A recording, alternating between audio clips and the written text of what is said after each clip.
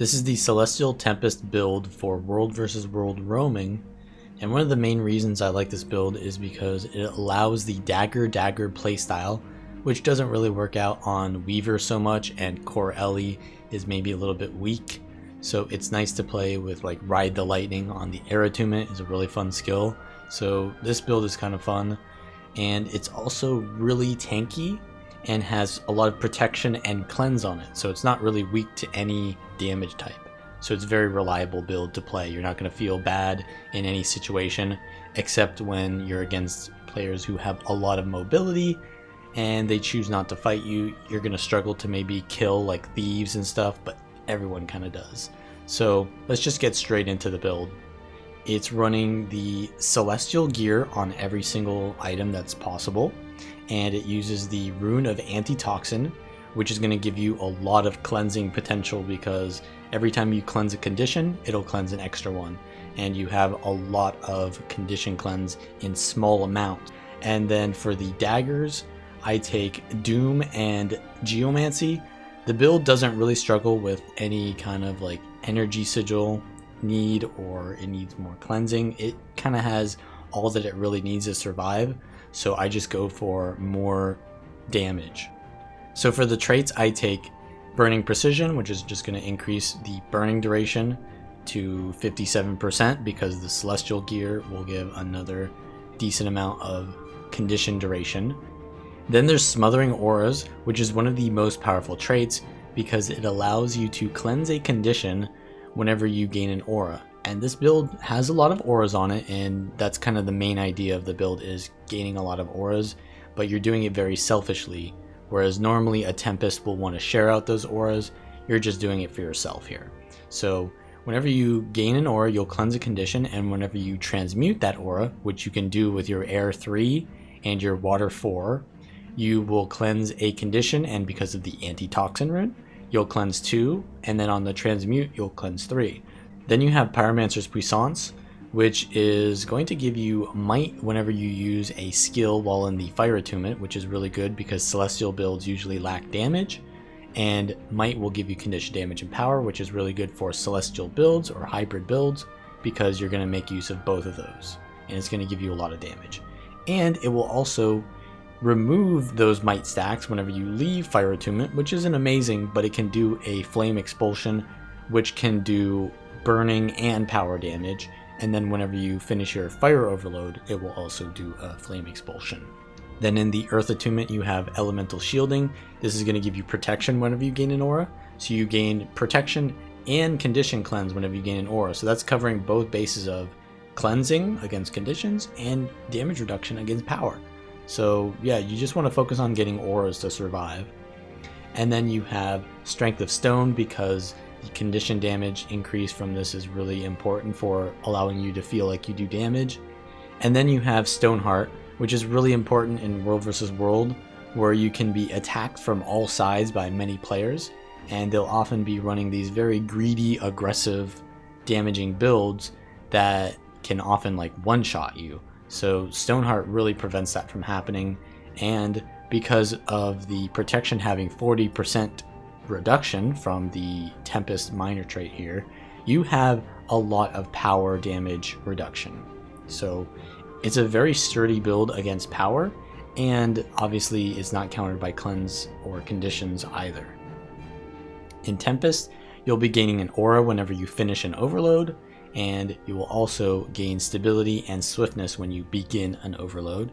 So you generally do want to be using your overloads whenever you can, and the most powerful overloads you have are in the Fire Attunement and the Earth Attunement, because the Fire Attunement will give you Sunspot, which gives you an aura whenever you swap into fire, but also whenever you're a Tempest, it will proc the second minor traits whenever you begin casting an overload. It's not too important for Earth, but it is really important for Fire because it'll give you Sunspot again when you start casting that overload. And then finally, you'll just get Elemental Bastion, which is going to heal you a little bit whenever you use an aura. So where are the auras on this build? So in Air Attunement, you have your Air 3 that's going to give you Shocking Aura. You can transmute that for a stun, and that will also cleanse 3 conditions, or 2 on the application of the first aura. You also have Water Attunement, which gives you Frost Aura on the 4.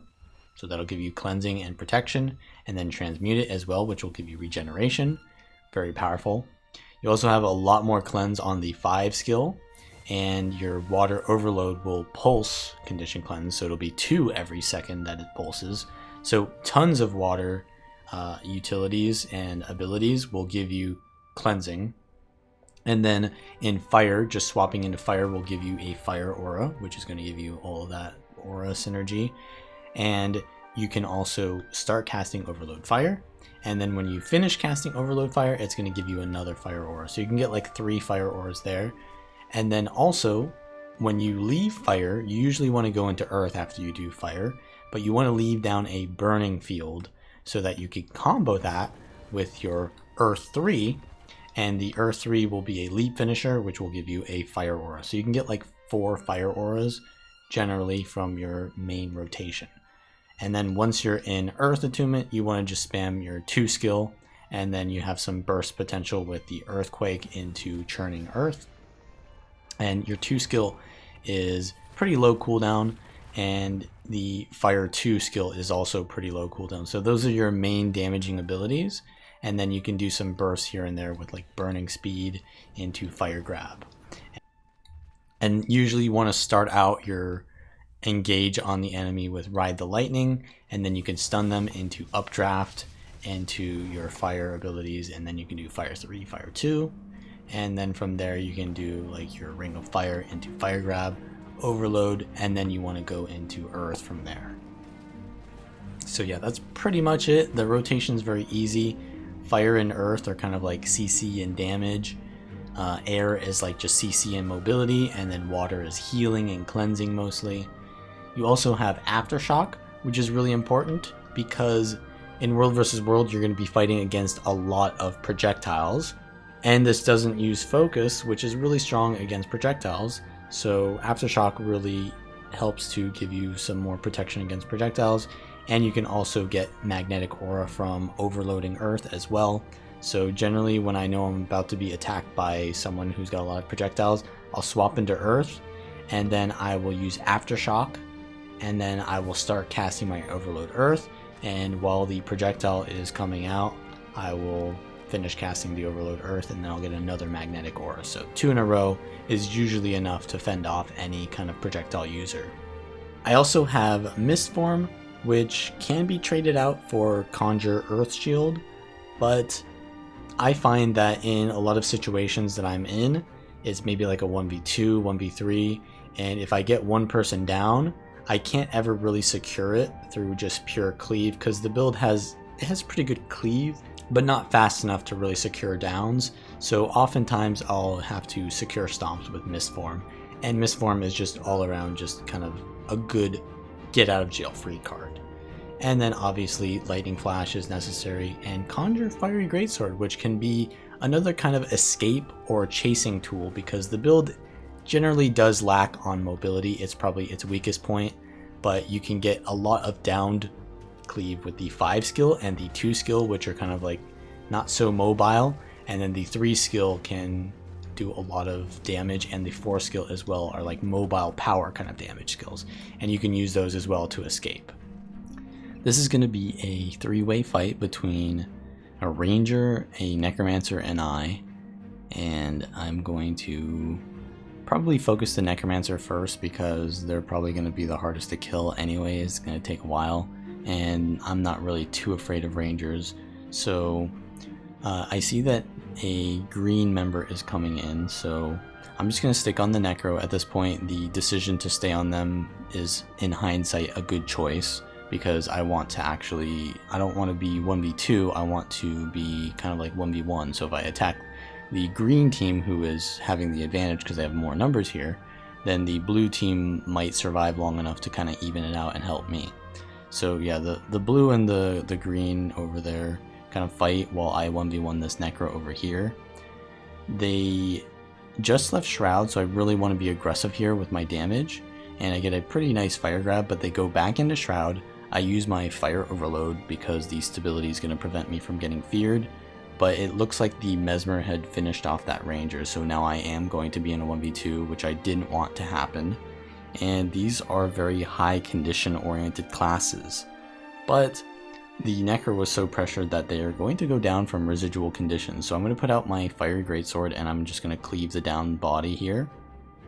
I get feared, which is unfortunate because now I have to drop my Fiery Greatsword. I could pick it up again, but I'm going to just overload air because it's going to give me some vulnerability and stability, which will allow me to prevent being interrupted by this Mesmer. Mesmers usually have a lot of dazes and stuff like that.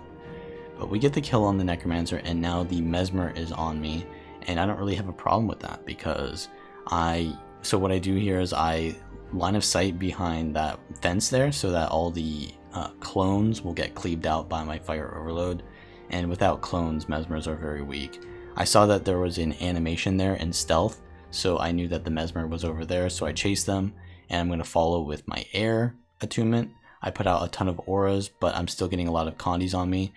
One thing that's really good about Tempest is that while Mesmers usually counter Ellies because Ellies have to use a lot of their skills to get value out of, the small kind of like skills that they use, and they have to use a lot of them, and that's really hard to actually do when you have confusion on you.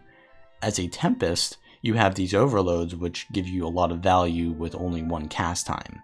So in a way, Tempest can be really effective still while you have all this confusion on you, and at the end of the day it's still just condies that I can just cleanse, so I don't really have issue with that anyways.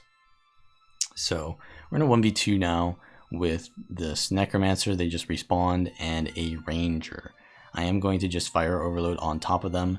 The stability is really important in these outnumbered situations because you often get spammed with CCs. I go into water and get a massive cleanse here, and the Necro actually goes down to residual conditions, and so does the Ranger. So I'm going to go for the Stomp here on this Necromancer. I'm going to precast my Air Overload just so I can get stability and not get feared.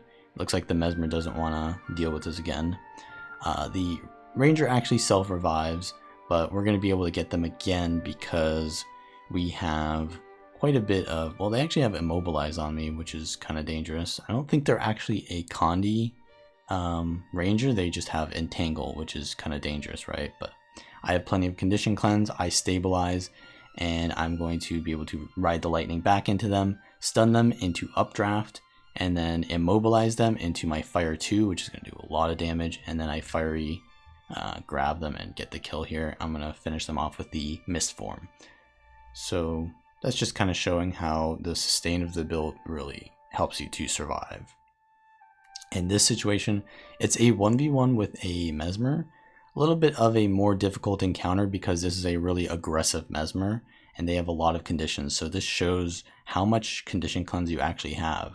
So it's mostly in air and fire and water that you have your condition cleanse. You don't really have much cleanse in earth. So you're going to see that I really don't go into earth at the start of this fight because it doesn't really help me to go into earth, right? Because I want to get rid of these conditions. So I'm just doing my fire auras here, and I do go into earth, right, which gives me a fire aura because of the combo finisher there. But I do want to go into water here because I'm getting a lot of conditions on me. I actually go into air.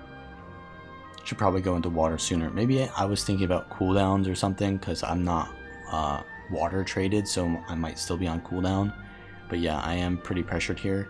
I probably should have gone into water sooner because it gives me a lot of cleanse and sustain. But you can see here, I'm just still cleansing every condition that's on me. And actually, how Mirage works is they actually have to use their dodges and cooldowns to do damage a lot of the time. So even though I'm not really pressuring them too much, I am kind of progressing this 1v1. And as soon as I go into my fire overload here, they actually tank so much damage just from the fire overload that they actually just straight up die from that. So they lost all their cooldowns, and that was kind of like the right time for me to overload fire. So we get that kill. Here is a little bit of a different build. I have the regeneration trait here instead of the stability trait, which is also a potential option, but mostly it's going to be the same build. So I have a Fresh Air Ellie and looks like a Flamethrower Scrapper on me. So a lot of power damage. So you saw how I survived conditions before. Now this is power. So I really do want to be using my Earth attunement mostly here. So as soon as the Ellie gets in range of me, I'm going to counter pressure with my fire and then immediately go into Earth, so that when they do their burst, like they just did, they not only can't get because Stoneheart is essentially the counter to Fresh Air because they can't crit. They essentially do no damage to me and I'm able to survive. And yeah, just get the counter pressure. It looks like the Scrapper actually just reset in the middle of this 2v1 that they're doing. I do the Blink into Earthquake combo here, which allows me to get a nice churning Earth off. And the Fresh Air Weaver is going to be really pressured now. They seem to be slowly ticking out to Condis, but yeah, it looks like I'm going to get some allies in here to help me. So it looks like the Riders of Rohan have arrived.